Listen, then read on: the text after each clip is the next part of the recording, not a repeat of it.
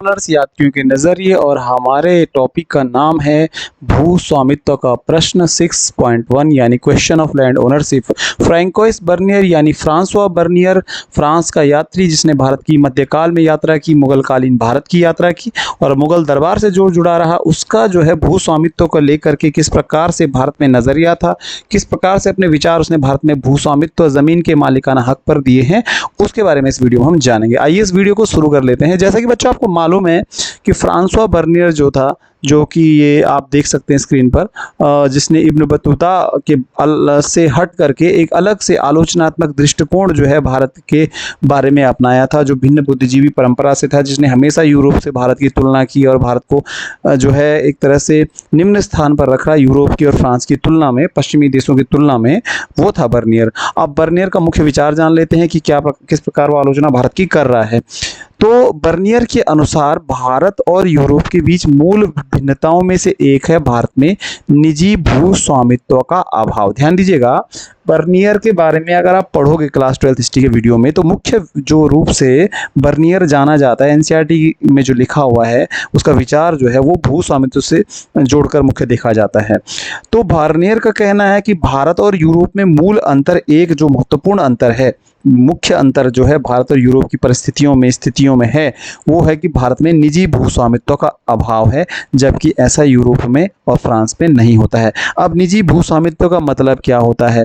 निजी भू स्वामित्व का मतलब, मान लीजिए कि फ्रांस है, तो फ्रांस में निजी भू स्वामित्व मतलब ज़मीन का मालिकाना हक। तो फ्रांस में ज़मीन का जो मालिक होता है वो किसान होता है, जनता होती है। ये किसका कहना था? बर्नियर का। और यूरोप में ऐसा ही होता है। लेकिन बर्नियर का ये कहना था कि भारत में ज़मीन का मालिक या जो ज़मीन के मालिक थे वो किसान नहीं थे, वो लोग नहीं थे, बल्कि भारत में ज़मीन का मालिक सम्राट हुआ करता था। कौन हुआ करता? सम्राट हुआ करता था, राजा हुआ करता था। ये है। तो कुल मिलाकर के इस प्रकार से भारत में भू स्वामित्व के मामले में निजी भू स्वामित्व नहीं था, यानी पर्सनल लैंड ओनरशिप नहीं थी। लोग प्रॉपर्टी पर अपनी ओनरशिप नहीं रखते थे भारत में, लेकिन फ्रांस में लोग पर्सनल लैंड ओनरशिप अपने लैंड पर रखते थे, ज़मीन के मालिक होते थे। कहाँ पर? फ्रांस और यूरोप में।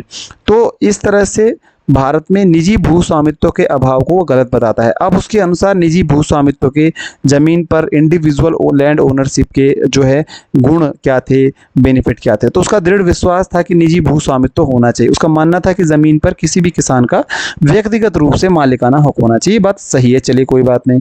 उसने भूमि पर राजकीय स्वामित्व को राज्य तथा उसके निवासियों दोनों के लिए हानिकारक माना। ये मानना था बर्नियर का कि अगर ज़मीन पर राजा का ही हक होता है, सम्राट का ही हक होता है, राज्य का ही हक होता है, रॉयल लैंड ओनरशिप होती है, ज़मीन को बांटना, ज़मीन को खेती के लिए देना, ज़मीन को उपयोग के लिए देना, सब कुछ कार्य अगर राज्य ही करेगा, राजकीय स्वामित्व राजा ही करेगा, तो इससे जो है राज्य को नुकसान होता है और साथ ही साथ उसके निवासियों, उसके रहने वालों लोगों को भी नुकसान होता है, दोनों के लिए हानिकारक होता है। ये कौन कह रहा है? बर्नियर कह रहा है। बर्नियर का कहना है कि मुगल साम्राज्य में सम्राट सारी भूमि का स्वामी था। ध्यान दीजिए, मैंने पहले भी आपको बताया कि बर्नियर के अनुसार मुगल साम्राज्य के अंदर ज़मीन का पूरा मालिकाना हक, complete land ownership was in the hands of Mughal ruler. सारा ज़मीन का मालिकाना हक जो था मुगल सम्राट के पास था, ऐसा बर्नियर का मानना था। और मुगल सम्राट फिर उस ज़मीन को, जो पूरे मुगल साम्राज्य की ज़मीन थी, उसको अमीरों में बांटता था। अमीर का मतलब होता है मुगल दरबार में जो नोबल्स थे, जो अभिजात वर्ग था, जो मनसबदार थे, एक तरह से उनके बीच में ज़मीन बांटता था, उनको मालिकाना हक को सम्राट। और बर्नियर के अनुसार इस प्रकार से राजकीय भू स्वामित्व का, राजाओं का, सम्राटों का, इन अमीरों का भूमि पर अधिकार अर्थव्यवस्था के लिए, यानी इकोनॉमी के लिए, व्यापार के लिए, समाज के लिए अनर्थकारी परिणाम देता था। इसके विनाशकारी परिणाम होते थे। इस प्रकार का अवबोधन बर्नियर तक ही सीमित नहीं था, बल्कि 16वीं तथा 17वीं शताब्दी के अधिकांश यात्रियों के वृत्तांतों में ऐसी ही जानकारी मिलती है। तो दोबारा से लैंड ओनरशिप को समझिए। यहाँ पर मैं आपको बताता हूँ कि लैंड ओनरशिप का इश्यू क्या है।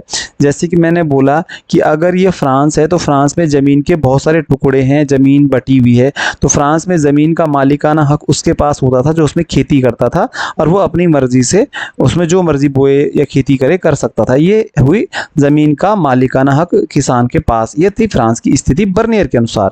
लेकिन वही बर्नियर कहता है कि भारत में जो ज़मीन का मालिकाना हक होता था वो सब कुछ जो है राज्य के पास ये अधिकार थे। मुगल सम्राट, मुगल दरबार ही राज्य पूरी ज़मीन पर नियंत्रण रखता था, वही खेती के लिए देता था, और ज़मीन का कोई मालिकाना हक पर व्यक्तिगत तो होता ही नहीं था, किसानों को ज़मीन का मालिक तो माना ही नहीं जाता था, ऐसा बर्नियर का कहना है।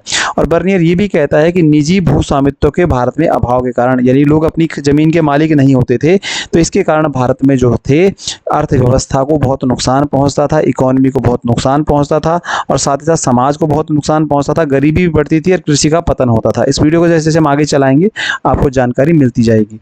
तो इस प्रकार से अब ये हो गया बर्नियर का। तो इस प्रकार से बर्नियर तर्क दे रहा है, राजकीय भू स्वामित्व के कारण बर्नियर तर्क देता है कि भूधारक अपने बच्चों को भूमि नहीं दे सकते। दोबारा सुन लीजिएगा कि बर्नियर ने राजकीय भू स्वामित्व के क्या दुष्परिणाम बताए हैं। भारत में राजकीय भू स्वामित्व था, किसका कहना है, तो भारत में राजकीय भू स्वामित्व था, यानी सम्राट ही भूमि का मालिक था, राज्य ही भूमि का मालिक था। ये किसका कहना है, ये बर्नियर का कहना है। और बर्नियर तर्क देता है कि इसके दुष्परिणाम ये थे, इसके नुकसान ये थे कि जो ज़मीन का मालिक होता था, यानी जो खेती करता था उसमें, चाहे वो टेम्परेरी कर रहा है, राजा ने उसको दी है या सम्राट ने किसान को दी है वगैरह वगैरह, या उनको मिली है कृषि करने के लिए, तो वो अपने बच्चों को कोई भी किसान ज़मीन दे ही नहीं सकता था, क्योंकि उसको उसका अपना मालिकाना हक होता ही नहीं था, पहली बात। दूसरा नुकसान, जब वो अपने बच्चों को दे ही नहीं सकता, उसे पता है ज़मीन तो सम्राट की है, राज्य की है, मैं तो मात्र इसमें कृषि करता हूँ, तो वे कभी भी उत्पादन के स्तर को बनाए रखने में और उसमें बढ़ोतरी करने के लिए दूरगामी निवेश के प्रति उदासीन थे। उदाहरण के तौर पर अगर ये बोला जाए, ये भारत की बात है, इतने खेत के टुकड़े हैं, हर खेत में हर आदमी को खेत मिला हुआ, उसे पता है ज़मीन तो सरकार की है, तो जब वो कृषि में उपज पैदा करेगा तो उसे पता है मैं अपने बच्चे को ज़मीन दे नहीं सकता, तो क्यों उस खेती में अनाज को उत्पादन को बढ़ाने की कोशिश करेगा, जब उसे पता है कि ज़मीन का मालिक मैं नहीं हूँ, क्यों वो अपने बच्चे जो है उसमें निवेश करेगा, इन्वेस्टमेंट करेगा, बीज जोड़ेगा, हल जोड़ेगा, खाद जोड़ेगा। तो आप समझ सकते हो कि अगर व्यक्ति को छूट मिले, उसको ज़मीन का मालिक बनाया जाए, तो तभी तो वो उसमें निवेश करेगा, नहर लगाएगा, पानी लगाएगा, बीज देगा। तो ये कहीं ना कहीं ऐसा कहना है इसका, किसका, ये बर्नियर का, कि कृषि में निवेश के प्रति उदासीन थे किसान, ज़मीन जिनको मिली हुई थी, जो ज़मीन को होल्ड करते थे, जो ज़मीन पर फिलहाल कब्जा रखे हुए थे, और क्योंकि सम्राटों ने ज़मीन थी, मुगल राज्य ने ज़मीन दी थी, ऐसा बर्नियर का कहना है। तो वो निवेश के प्रति भी उदासीन होते थे, और उत्पादन के स्तर को बनाने के प्रति भी, बनाए रखने के प्रति उदासीन होते थे, और अपने बच्चों को ज़मीन वो दे भी नहीं सकते थे। ये कहना किसका है, ये कहना है बर्नियर का। अब आगे चलते हैं यहाँ पर कि बर्नियर के अनुसार जो है अन्य चीज़ें यहाँ पर क्या होने वाली हैं, किस प्रकार से चीज़ें होने वाली हैं, वो हम देखेंगे 1 मिनट के लिए।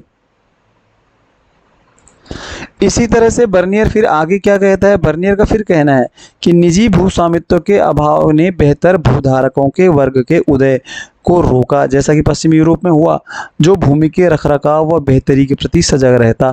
तो बर्नियर का कहना है कि अगर भारत में देखो निजी भू स्वामित्व है नहीं, निजी भू स्वामित्व मतलब कि individual land ownership, personal land ownership on the land, यानी peoples farmers are not the owners of the land, the real owners of the land are the state, the Mughal emperor, Mughal court is the owner of the land. सो अब इसके कारण क्या हुआ, बेहतर भूधारकों का वर्ग का उदय। बेहतर मतलब एक फ्रांस में उसका कहना है कि पश्चिमी यूरोप में, फ्रांस के अंदर मुख्य रूप से वहाँ पर ऐसे भूधारक थे, लैंड होल्डर्स थे फ्रांस में ऐसे, जिन्होंने क्या किया, भूमि को मेंटेन किया, लैंड को मेंटेन किया, उसको इरिगेट किया, सिंचाई की, उसमें बीज जोड़े और उसको बेहतर बनाया ताकि उत्पादन बढ़ता। उस समय तक कृषि की आय में भी टैक्स लगता था मुगल कोर्ट में, अंग्रेजों के आने तक, है ना। तो ये कहना था कि वहाँ यूरोप में तो मुख्य रूप से कृषि की आय होती है, जो वहाँ पर एक लैंड ओनरशिप है, इंडिविजुअल लोग ज़मीन के मालिक हैं, वो खेती करते हैं और वो उसमें इन्वेस्टमेंट भी करते हैं, प्रोडक्शन भी बढ़ता है और डेवलपमेंट भी होता है, लैंड का जो मेंटेनेंस भी होता है और लैंड इंप्रूवमेंट भी होता है, इन्वेस्टमेंट भी होता है। तो यहाँ पर भारत में ऐसा नहीं है, ऐसा बर्नियर कहता है। इसी के चलते कृषि का समान रूप से विनाश हो गया है, किसानों का उत्पीड़न हो रहा है, समाज के सभी वर्गों का जीवन जो अनवरत पतन की स्थिति उत्पन्न हुई है, और शासक यहाँ पर अच्छी स्थिति में है, बल्कि मौज कर रहे हैं, उनकी अच्छी स्थिति है, ऐसा बर्नियर का कहना है। दोबारा इस टॉपिक को समझिए कि निजी भूस्वामित्व के किस प्रकार के दुष्परिणाम बर्नियर बताता है। तो बर्नियर बताता है कि निजी भूस्वामित्व के दुष्परिणाम ये हैं कि जो भूस्वामित्व, जो जमीन को अपने पास रखे हुए है किसी कारणवश खेती आदि करने के लिए, वह उसमें निवेश करने में उदासीनता बरतता है, क्योंकि उसे लगता है कि वह अपने बच्चों को ज़मीन नहीं दे पाएगा। दूसरा, उसके उत्पादन को बनाए रखने में भी वह अपना उदासीनता बनाए रखता है, क्योंकि वह ज़मीन का वास्तविक मालिक नहीं होता है। तीसरा, वह ज़मीन में किसी प्रकार का निवेश करने के प्रति भी उदासीन रहता है, क्योंकि उसे पता है कि ज़मीन का वास्तविक मालिक तो सम्राट है, मुगल दरबार है, और उससे उसको कोई लाभ होने वाला नहीं। तीसरा, इसका परिणाम ये निकला कि भारत में जो है कृषि का विनाश हो गया, एग्रीकल्चर जो है पतन की स्थिति में पहुंच गया, और समाज में गरीबी बढ़ गई इसके कारण। इसके अलावा किसानों का उत्पीड़न हुआ, किसानों को ज़बरदस्ती उनके खेतों में फसलें उगाने के लिए बोला जाता था कि वो फसलें उगाएं, जिस ज़मीन के वो मालिक भी नहीं होते थे। और समाज के सभी वर्गों का जीवन जो है पतन की स्थिति में, समाज में गरीबी बढ़ गई, समाज में बिल्कुल जो है शोषण हो गया, और शासक वर्ग जो था, वह जो शासन मुगल दरबार था, वह जो अच्छी स्थिति में था, उनको कर मिलते थे, उनको टैक्स मिलता था क्योंकि ज़मीन के वो मालिक थे, और ज़बरदस्ती वो कृषि भी करवाते थे, लेकिन मालिकाना हक ज़मीन का वो देते नहीं थे। इसका निचोड़ इस टॉपिक का ये निकलता है।